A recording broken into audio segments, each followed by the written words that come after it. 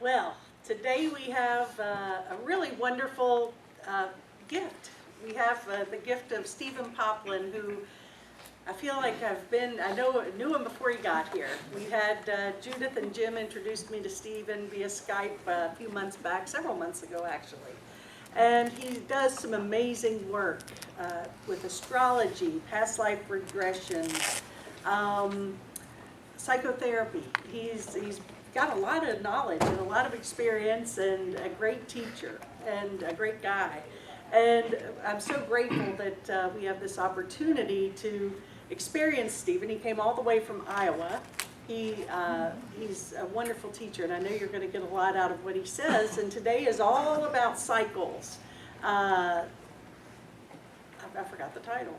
Big cycles? Big cycles, little cycles, and tricycles. So anyway, we are so delighted to have you. I can't wait to hear because I'd like to know what the heck's going on. And you're going to talk to us from an astrological perspective, what's happening on planet Earth, and I like that. So let's give Stephen a warm namaste welcome.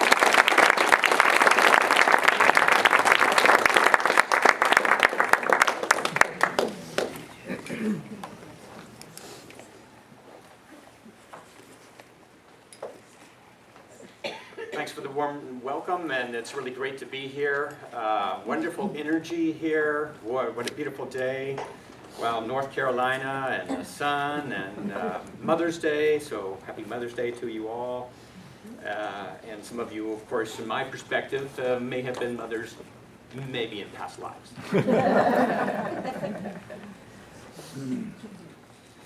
Yes, I'm going to be talking about other types of motherly sorts of things along these cycles, because we have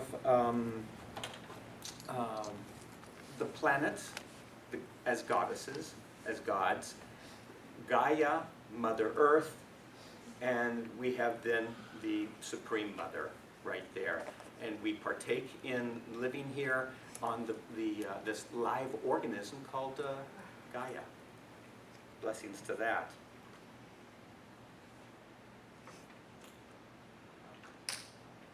So I start off here sharing something from the Bible, Ecclesiastes, and you might have heard this before. If you want to start humming, go ahead. To everything there is a season, and a time to every purpose under the heaven. A time to be born, a time to die, a time to plant, and a time to pluck up that which has been planted. A time to kill, and a time to heal. A time to break down, and a time to build up. A time to weep, and a time to laugh. A time to mourn, and a time to dance.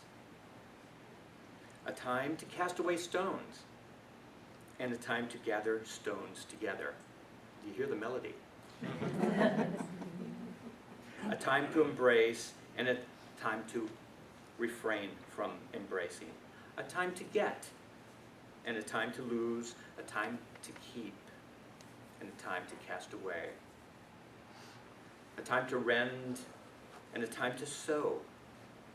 A time to keep silence, and a time to speak. A time to love, and a time to hate.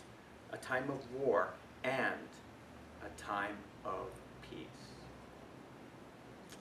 Ecclesiastes, 3rd chapter. Yes, so we are living on planet Earth, Gaia, and we have our seasons. Here it is springtime. We'll be heading then towards summer. Then we know what's going to happen after that. We're going to have a little bit of autumn, fall, winter. These seasons come in. We have learned to dress, hopefully, for the different types of weather. I've got my shorts ready to go. And for the appropriate time and season. Sometimes, of course, there are storms. Sometimes the storms are happening inside. These are our inner times, the personal times. And can we dress for that weather? or be prepared for those storms that come in through accidents, feuds, divorces, losses, and all sorts of things.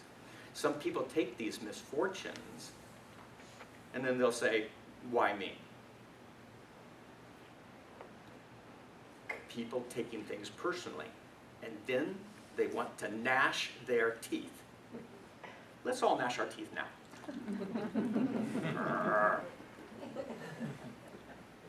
Does that feel better? Yeah, there are times when we might take things a little bit too personally. I like the ancient Chinese saying, maybe it's a question, is a hurricane just? And of course, to the hurricane itself, it's just a mighty wind. But to us mortals, to us little human beings, these winds can come in, these storms can come in and wreak havoc. And then there is loss, and there is pain, a time to stay inside, a time to watch out for that. But the hurricane itself, it doesn't matter either way. It's wind, it's storm, it's the weather. And we humans can interpret things, and we can take things personally, and we might shake our fists and gnash our teeth, but it's just the wind, okay? And it's good to know about the weather, the big weather.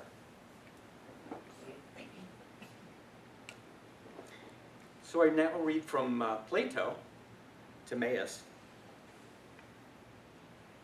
Now when all of the stars, the moving stars, the planets, which were necessary to the creation of time, had attained a motion suitable for them, and had become living creatures,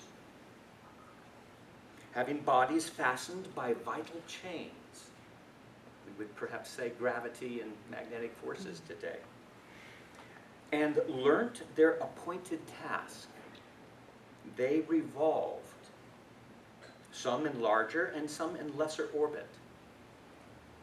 Those which had the lesser orbit revolving faster, and those which had the larger more slowly. Plato. I'm an astrologer and a mystic, and I do my calculations. I get out my computer, I look at the stars, the planets, the cycles, but then I intuit, I feel, I sense. We look at the symbols, we read the symbols, watching the signs, the synchronicities. It really is quite a fascinating show. And the planets are there as living creatures, teaching us something. And sometimes it's a hard kick in the, and we may not like it, but again, the planets, very much like the hurricane, just doing my thing. So, let me introduce to you the slower moving living things, the three outer planets that have most recently in the Aquarian age has just come into our consciousness. And I begin this with a visual. And you know, you've got a nice smooth pond, clear water. You dunk a child will throw a stone in it, and there we have the concentric circles from that stone going into the water. And then there's this really interesting thing, and there's great photography about that. Right in the middle of that concentric piece, where the stone went in, the water reacts, pops up a nice little water ball, a piece just right there for a second, kind of like floating in the air. And then, of course, then it goes back down out into the water. We take that image and we're going to bisect it right in half, because we're dealing with chronological time here and looking at some of these really interesting events and the discovery of these modern planets. And so with that in mind, here is the trough, and then we have the big wave on one side and the big wave on the other. You got that? See that? And of course then right here in the middle, that little ball, that plop, that kerplunk, that planet is right there floating above this piece. Okay?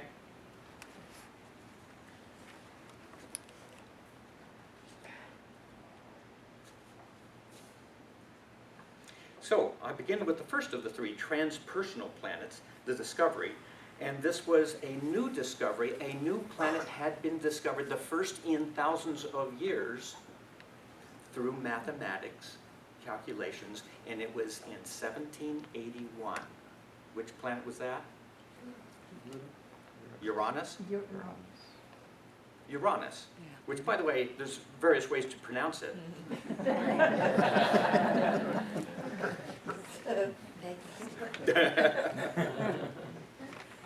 It was discovered in 1781. As far as I am concerned, that is the beginning of the Aquarian Age. I'm not waiting for it. It's here. You know, technology, here's a camera pointed at me, lights, electricity, automobiles, jet planes. Looks Aquarian to me.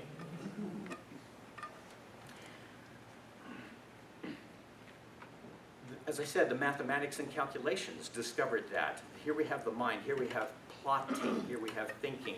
And the two waves, with, 1781, the two waves on each part of that, before and after the discovery of the planet. Before, we had the American Revolution. After, the French Revolution. And right there the whole time, the Industrial Revolution. Inventions like the cotton gin and the steam engine, and then we had the air balloon.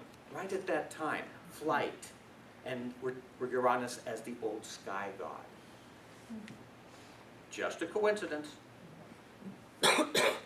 We had the extremes, of course, with these revolutions, and at the same time hope and a vision about how we can all be together. And of course, with the Declaration of Independence on one of these waves, one of these troughs, in France, we had the Declaration of the Rights of Man and of the Citizen, Uranus, and Uranian ideals, Aquarian ideals, the Bill of Rights, all at that same time happening. This gives us a feeling for the planet itself and what it brings in, what it brings into our consciousness.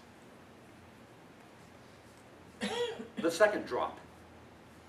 Some years later, another planet. Again, we have the trough, we have the two waves. 1846. Neptune. Neptune, the king of the water, the great oceans. There, we're going to have some big storms coming up here too, but of a different sort, very different than the Uranian type of upset. We have the transcendental movement. Thoreau, Emerson, that sense that here innate within us we have this divinity. And so much of the time prior to that, it's like, look up there, look up there. It's like, okay, yeah. We can't forget that, but yes, right here, and right here in this group, it's kind of like the ocean of who we are here together. We're united in this place right here. And if we can stretch it and really expand it, there is a divine humanity. Can we really go out that far? And the ideal, let's say, of Jesus, of that love thy brother as thyself, very expansive, but also a bit muted, sometimes abstract. We had religious revivals during the 1840s, 1850s. Chautauquas, you know what a Chautauqua is? From New York. A Chautauqua was a religious revival, and people coming together and getting excited and having conversions. The Mormons came during this time, Joseph Smith, and then the persecutions and the exodus from that group. Then there was this really interesting thing. This is getting us now into tricycles. There was a false prophecy at that time. It was the 22nd of October, 1844. And Jesus would return, and that would be the end of the world. Well, this was a man by the name of Miller and all of his followers called the Millerites, and they expected that. He prophesied that. It did not happen. And then they had the great disappointment. This is a very Neptunian idea, Neptune. It It was a time of utopian ideals.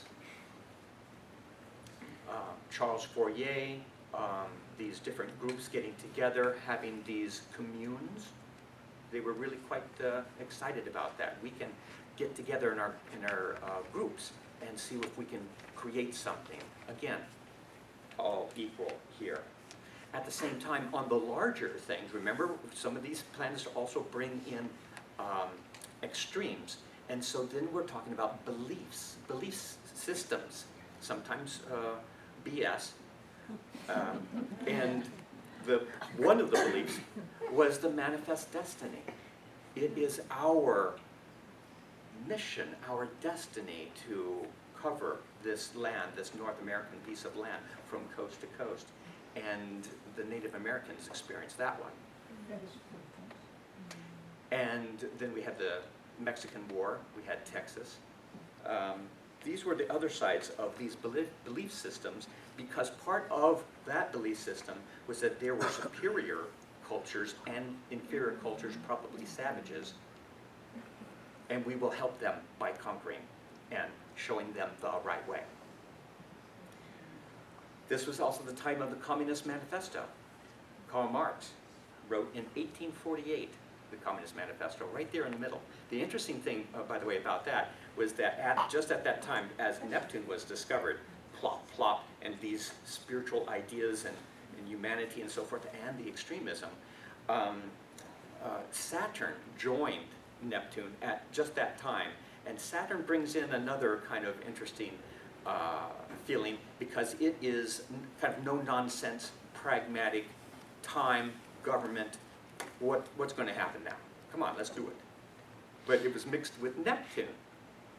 We're all one, and the people, and then Karl Marx says, yeah, so, communism, And there's a really interesting dynamic that in our modern era, in the Aquarian age, whenever Saturn and Neptune come together, there is a communist movement.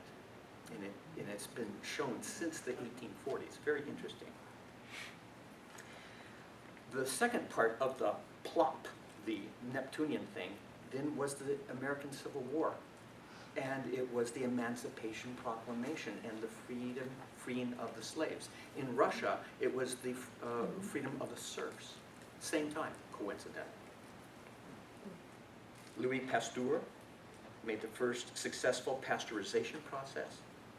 Florence Nightingale, nursing, and hypnosis came on the scene, as well as the spiritualist movement, seances, rapping. Yeah. So all of that was part of this Neptune energy. Are you ready for the third drop? Yes. 1930. Which planet? Pluto. 1930. Can you imagine the two waves on each side of 1930? Huh? World War I, World War II.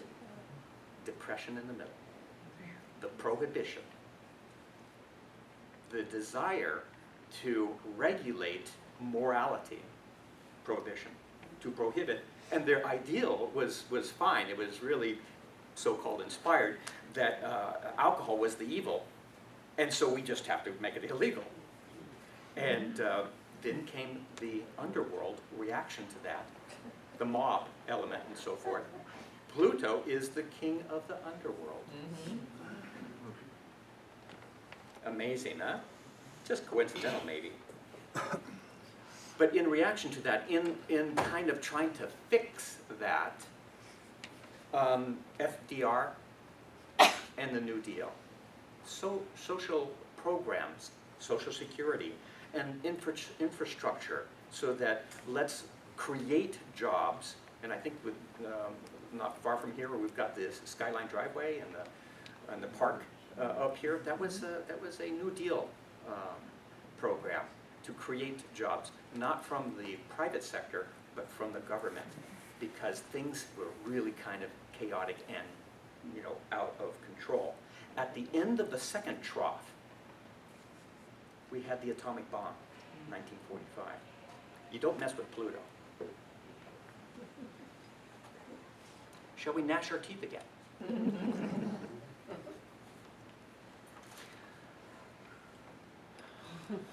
Let's take a break. There are cycles, like bikes and tricycles. And then there are ephemeral cycles and false prophecies, and those predictions that really don't come true. And these are sometimes called false alarms, and things that we have to watch out for in the prediction world. And I'm in the prediction business, and anybody who works with astrology, tarot cards, other types of divination, channeling, psychics, and so forth, there's going to be these predictions made. And if we can work with these great powers, then perhaps we're going to be a little bit more on track. But sometimes, and here most recently, we've had a couple of things that really did not happen. Does anybody remember the Y2K? Yeah. Huh? That was going to really hit hard. 1999 to 2000, oh my goodness. And then they just had working feverishly to change those numbers from 2 digits to 4 digits. My goodness, they spent millions trying to fix that. Well, maybe they fixed it and we didn't have the crisis, or maybe it wasn't a problem. We don't know. It came and went. Not too long ago, in May of 2011, we had yet another prediction that the world was going to end. It was a Christian Bible prophecy, and an older man who had really studied the really fine details, the symbolism in the Bible. He made his predictions. It didn't happen. And then we had 2012. And there were predictions and books and gatherings and projects and workshops. And the Mayan prophecy of 2012 was, of course, really big in the news at that time. And deep in the Guatemalan rainforest, they discovered an old Mayan room painted with the calendar. It had been left there for 800 years. And this is the part that people really don't know too much about. And so let me quote this, because this is really quite funny. Nomen est omen, and the name, of course, is in the product itself. So it says here, William Saturno,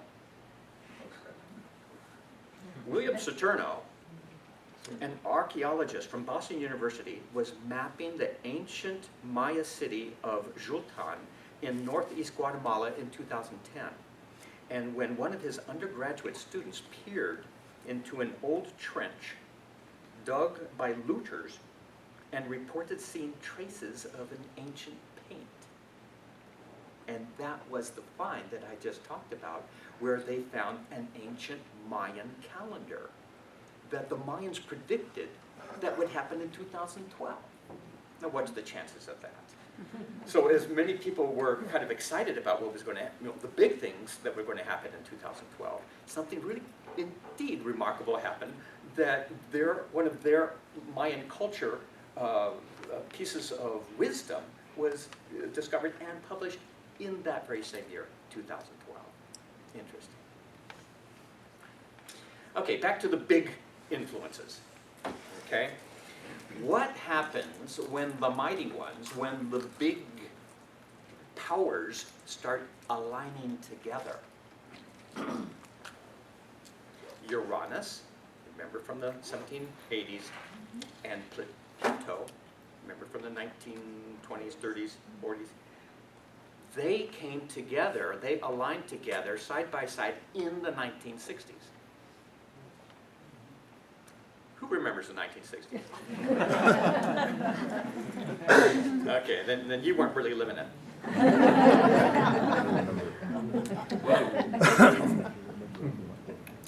Of course, student protests. Okay, civil rights, women and gay rights, questioning authorities. So much happened. Sex and drugs and rock and roll. Huh? The 60s. Peace, man. Wars in foreign lands. People gathering together and and confronting wrongs, authorities, and the status quo. Big times, political unrest, violence, but then of course the hippie peace movement, rock music, gatherings, love festivals, and so forth. What a powerful time when these two got together, 1960s. And now, guess what? Guess what? They're back. They're here. Uranus is in the very individualistic sign of Aries, and has been since March 11th, 2011. Anyone knows what happened then? Pluto in Capricorn since about 2008. Anybody know what happened to that? Okay. The banking Fukushima, collapse. 2011.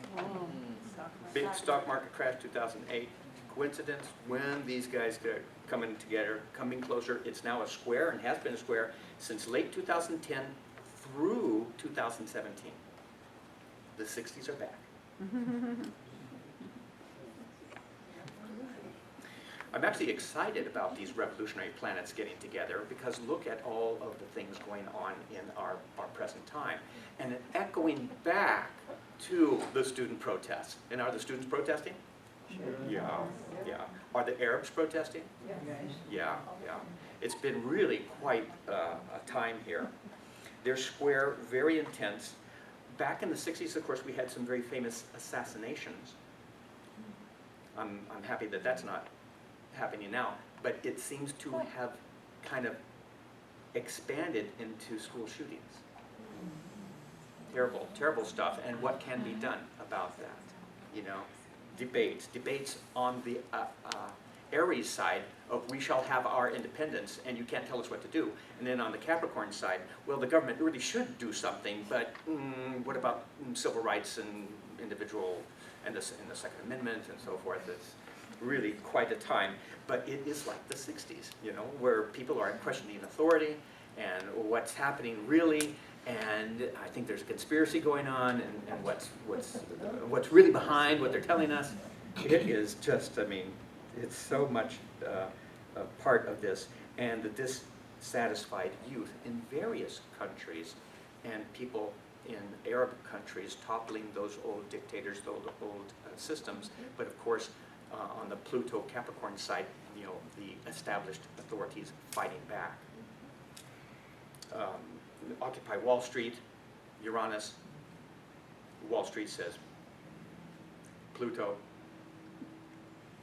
the 1%, all of these things. We have then climate change, and we have to do something. And all of this progress is actually polluting a lot. And something has to be done. But what? Lots of debate, lots of extremes, lots of very strong and sometimes shrill voices happening. But it's about time that we had some of these different changes. And some of these changes that, let's say, were planted in the 1960s are coming to fruition right now as they come back and revisit some of those discussions and ideals and desires at that time. Last summer, what did the Supreme Court do for gay marriage? It is now legal. I heard that there's a problem with that in North Carolina. No, not here, not here, no. Not in Iowa.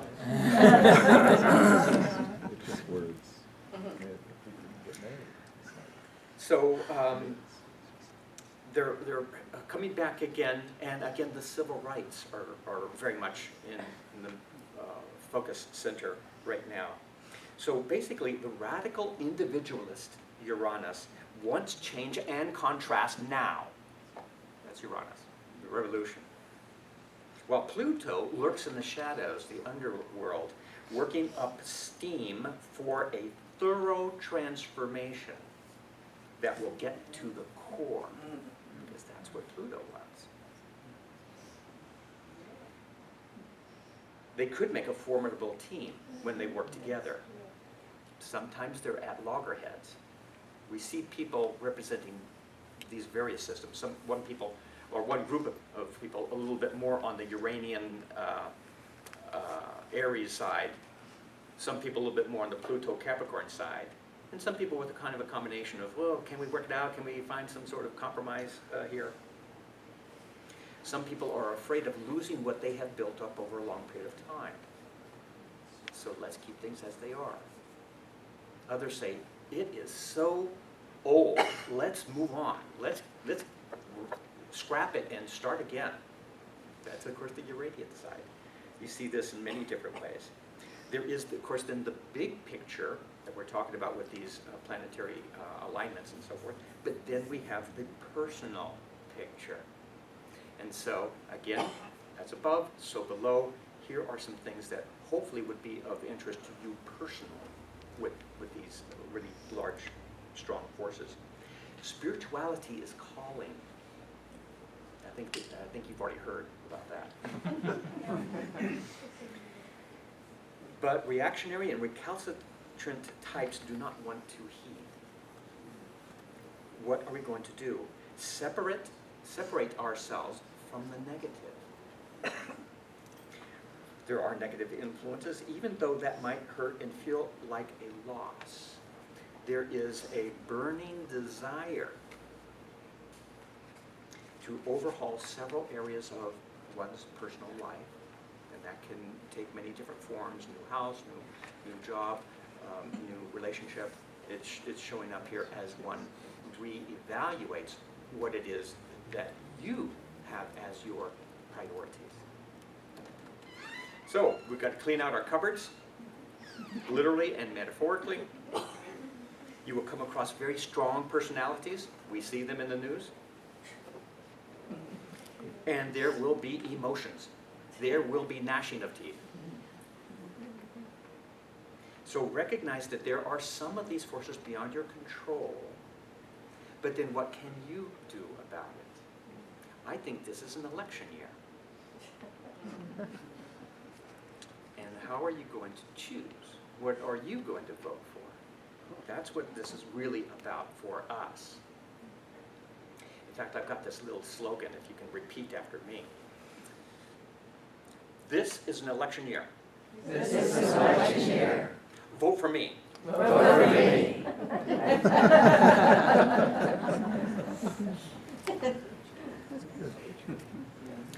So the storms are blowing. Climate change, refugees, strife internationally, school shootings. Then we have, of course, hearkening back to the 1960s, the liberalization of the marijuana laws. I thought I'd never see the day. And Bernie Sanders says that he's going to make it a federal law if we let him in. He, of course, represents the Uranian Aries type. Huh? Trump is over here in the Pluto-Capricorn world. I mean, they're just showing up like as caricatures sometimes of these mighty forces going on. At the same time, what did we learn in the 1960s? What are we learning again right now? All that glitters is not gold. Be receptive, be perceptive. Make your choices. This is an election year. Read between the lines and listen to your own intuition. It is important during this time to act with integrity. If you have gone off the straight and narrow, consider it an adventure. And recognize that as you are still striving to act ethically and with good heart, then it was a good lesson anyway. And so pick yourself up, re-choose, elect again, vote again, and move on to where you would rather go.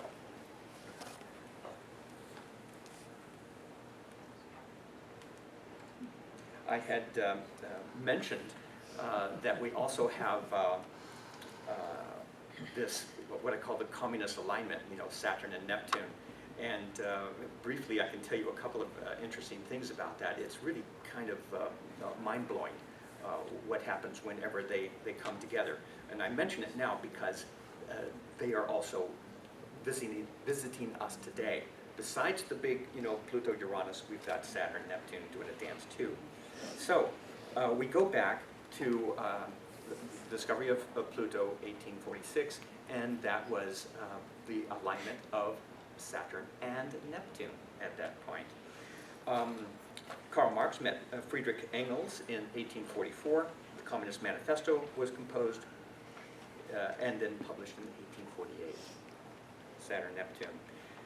A cycle later, 1882, Karl Marx died in 1883. The anarchists and social revolutionaries formed the International Working People's Association, 1882. One cycle next, 1917. World War I and Russian. Russian Revolution. Russian Revolution. Right on cue. One more cycle, 1953. Stalin died. Gorbachev joined the Russian Communist Party. The Korean War ends, and the North is communist.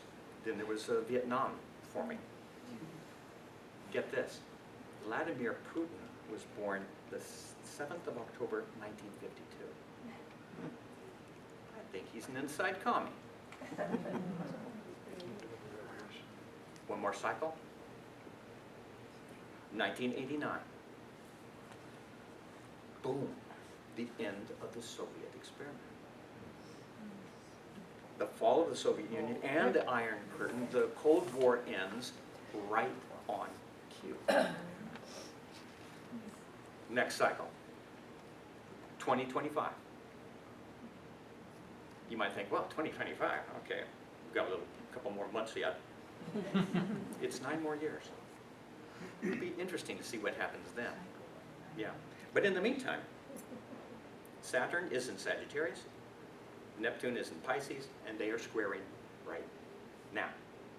As of last autumn, very strong throughout the whole election year, and we have got Saturn, which is wanting to have government, time, pragmatism, organization, and so forth, having an argument, a debate with Neptune, king of the seas, and idealism and so forth. And here we have, as I mentioned before, the normalization of marijuana laws, and also various other sorts of things, giving rights to minorities and people of color, looking at other innovations here. And then there's Bernie Sanders. I mean, again, like with the marijuana thing, someone who says publicly that he's a socialist, and many millions of people are voting for him. Like, again, I thought I'd never see the day. But it is a Saturn-Neptune conversation going on. And it's really quite amazing here.